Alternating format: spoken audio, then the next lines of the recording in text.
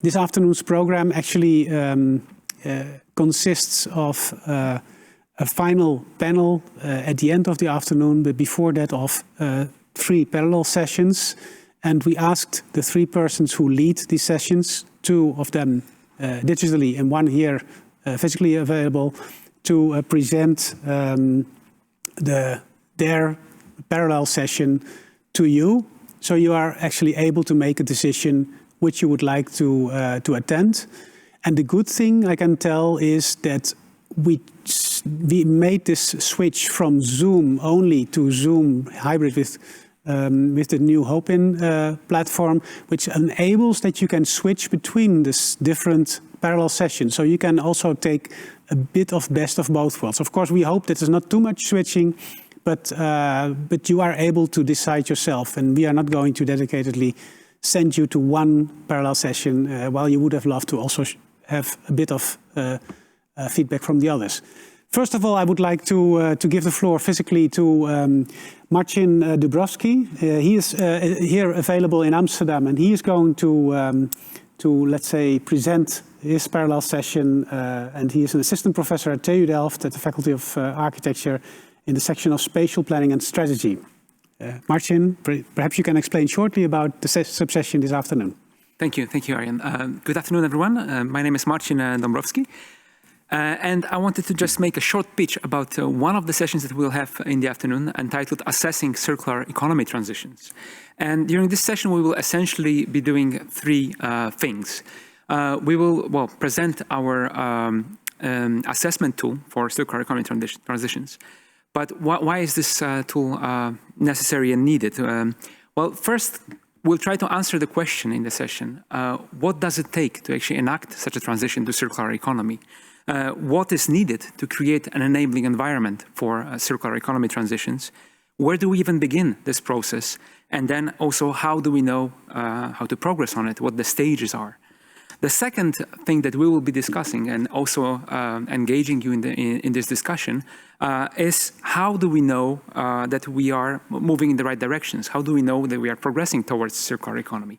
So how to measure transition progress in other words? And finally, the last thing that we'll discuss is related to that.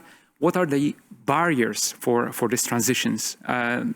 And critically, what to do about them. And this is where also we will engage you actively in discussion and debating with us. And I look very much forward to seeing you at this session. Thank you.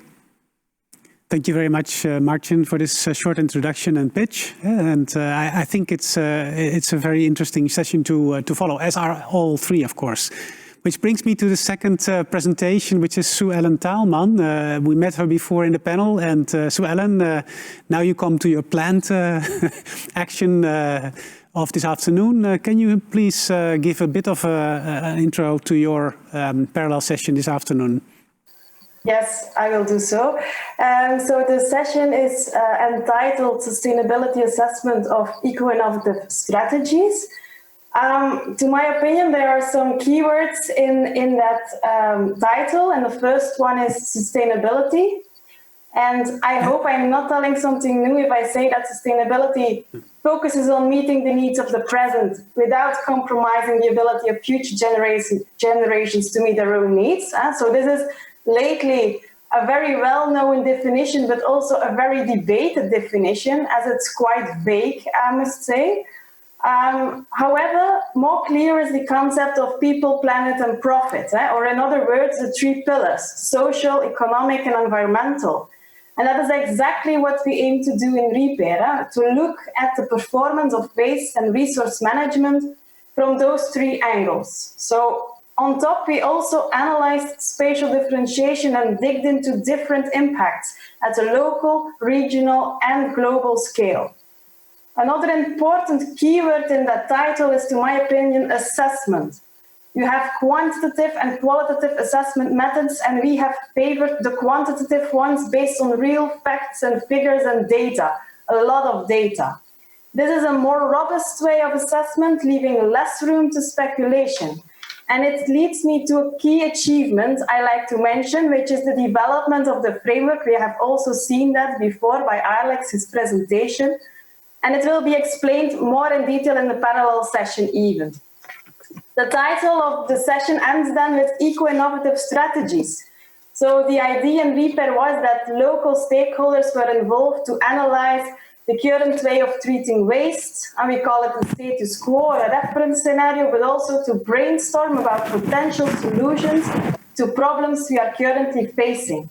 They looked both into technological and non-technological innovation, and that way they came up with solutions which could then be combined to create a strategy.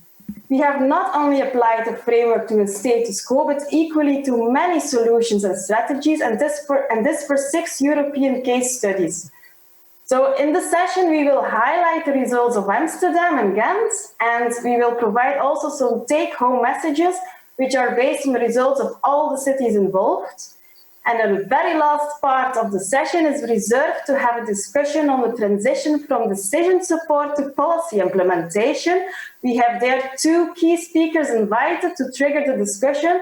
So that was a bit in a nutshell what we aim for in the parallel session, and I do hope I might welcome you there. Thanks. Thank you very much. Thank you very much, Sue Ellen, for this good explanation of your session. Which brings us to the third session, Libera Amenta. Libera, could you give your pitch, please, as well? Yes, good morning, everybody. I'm Libera Amenta from the University of Naples, Federico II, and today I will be part of the session entitled Peri-Urban Living Labs and Geodesign Decision Support Environment as Tools for Co-Creation. This session will present in detail the methodology for peri-urban living labs, which we refer to as PULS, and its outcomes, which they are the co-created eco-innovative solutions and strategies. In fact, over the course of 4 years, REPAiR developed about 100 eco-innovative solutions for the 6 European cases, with the support of its main tool, the Geodesign Decision Support Environment, which will be also presented. The PUL methodology is based on a co-creation process, which is meant to develop an integrated and common understanding of the territory, and more specifically the relevant waste cycles for each case, as well as the wastegapes in each. Wastegapes are wasted spatial resources which can be interpreted as potentialities for urban and territorial regeneration. Then solutions and strategies are developed and tested in the PULS environment with the support of the GDSC. This session is organized into 2 parts. The first part includes 3 presentations, and the second part involves a panel discussion. The first presentation will be introduced by Professor Maria Cerreta from the University of Naples, and we will have the honor and the pleasure to welcome in our parallel session Professor Karl Steinitz, author of the Geodesign Framework on which REPAiR main methodology is built.